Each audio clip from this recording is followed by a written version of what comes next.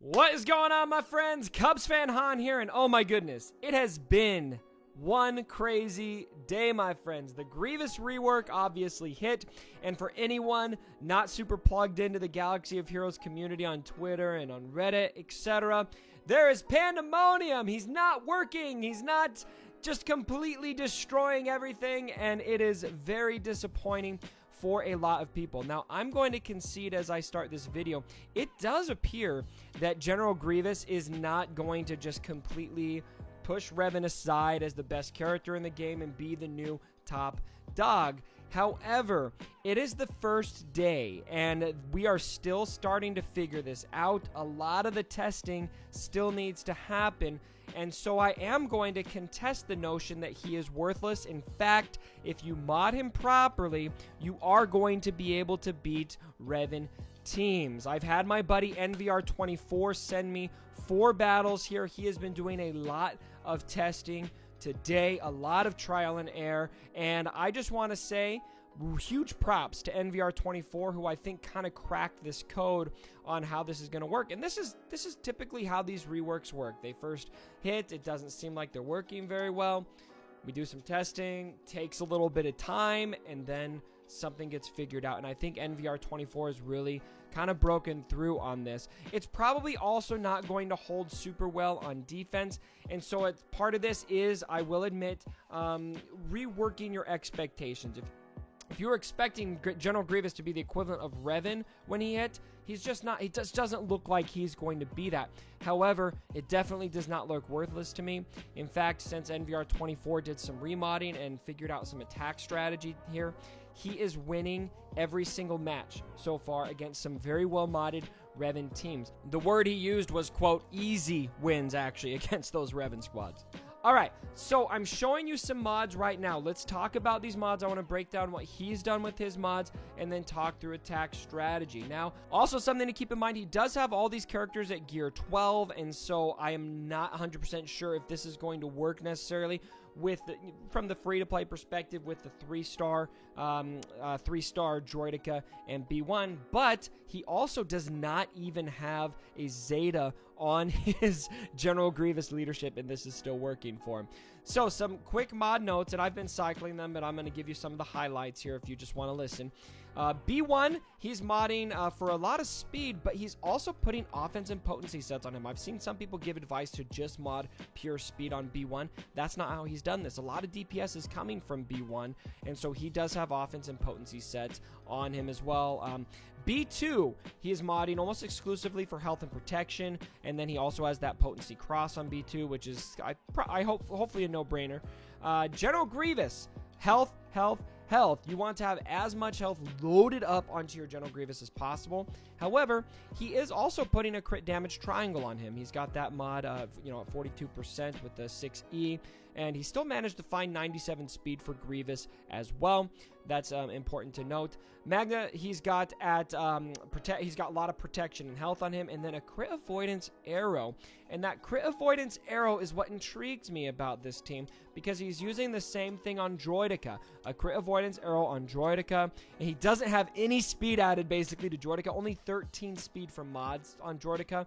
Crit avoidance arrow, protection primary, protection.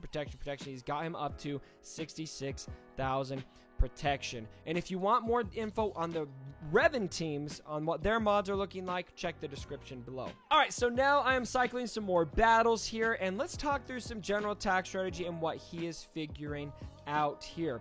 The first thing that he is doing is he's actually, when he gets a turn with B2, he's not targeting Yoda, he's targeting General Kenobi. And the reason for that is because B2, he wants him to clear the buffs, but B1 is going to be able to clear the foresight on the assist, and then B2 is going to be able to land that buff immunity, ideally on General Kenobi, which is an important part of this so that you can ideally attack other characters and save General Kenobi for last. So once you get the buff immunity on General Kenobi with a B2, it's going to be an all-in effort to get Grandmaster Yoda killed to exhaust Savior. You want to do your best to keep target lock on Grandmaster Yoda if at all possible. Do your very best to save Droideka's first special as well for Jolee. Once you are able to take Yoda out, then it will be a just all-out blitz to get Jolie out of there so there are no revives. And NVR24 is telling me that when he has 5+ stacks of charge on Droideka, if he's patient and waits to use that special, he's usually able to one-shot Jolie, which we are seeing in some of this footage. Then after you get Jolie out, you actually want to kill Revan before Yoda. This is a mistake I make sometimes. I'm thinking about reworking my strategy here, but I usually try to go for Yoda because he's just such a damage juggernaut. But Revan is a huge part of feeding Terminator to the team. Marked is devastating. He's got the heal.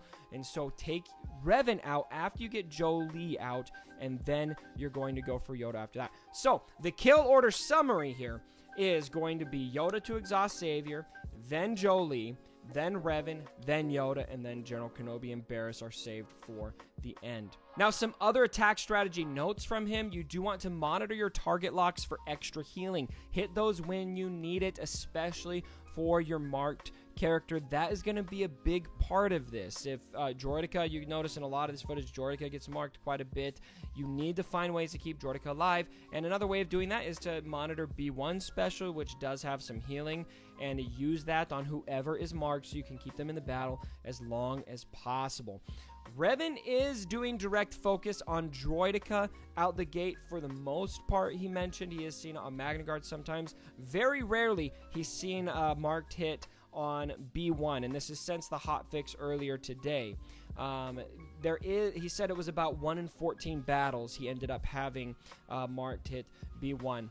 Big disclaimer, if marked hits B1, he was not able to win very many battles once that happened. But otherwise, since he reworked his mods, he was able to win all of those other battles except for the one battle that B1 got marked, and that was obviously, it looks like that's pretty rare that that's going to happen out the gate.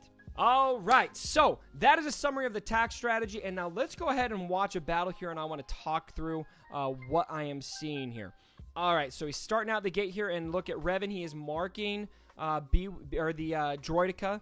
Now he is going. Look at how he hits General Kenobi there, and he is able to land the buff immunity. That's very important. And then he's got the target lock over there on General Kenobi. Now he's going to shift his focus over to Yoda. He's going to clear some more buffs. Yoda's now got that. He's going to be able to cleanse. Yoda is going to be able to do some damage to Droideka here. He's going to clear those again. And part of me wonders if he wanted to do the same thing again to get that buff immunity on General Kenobi, because now he is battling from behind. Okay, so General Kenobi's AoE. He's got target lock out there on 3 characters. That will help. Now he's going to dispel, and he's going to focus back on Yoda. He's almost been able to exhaust Savior. Not quite. Something else that NVR24 mentioned to me in this is a big part of this is to play patient. Don't panic. Look at Yoda. He's getting close. B1, we've got 81 stacks left, and there we go. So there's Savior. Now he's going to shift his focus over to Jolie. Boom. Revan's AoE, Revan. General Grievous's crawl attack. Forgetting the name right now. Able to do some pretty solid damage. B2 looking good. Look at this. He almost has Jolie out of there. Jolie's going to heal himself. Ooh, and Grievous is looking to be in trouble. So that's who we're going to want to heal with B1. Here we go. We've got 9 stacks of charge, and boom, taken out of the match. Now from here, looks like he's focusing on getting a target lock on Yoda. And it's funny because in his attack strategy notes, he wants to go for Revan here first, but he's focused on Yoda.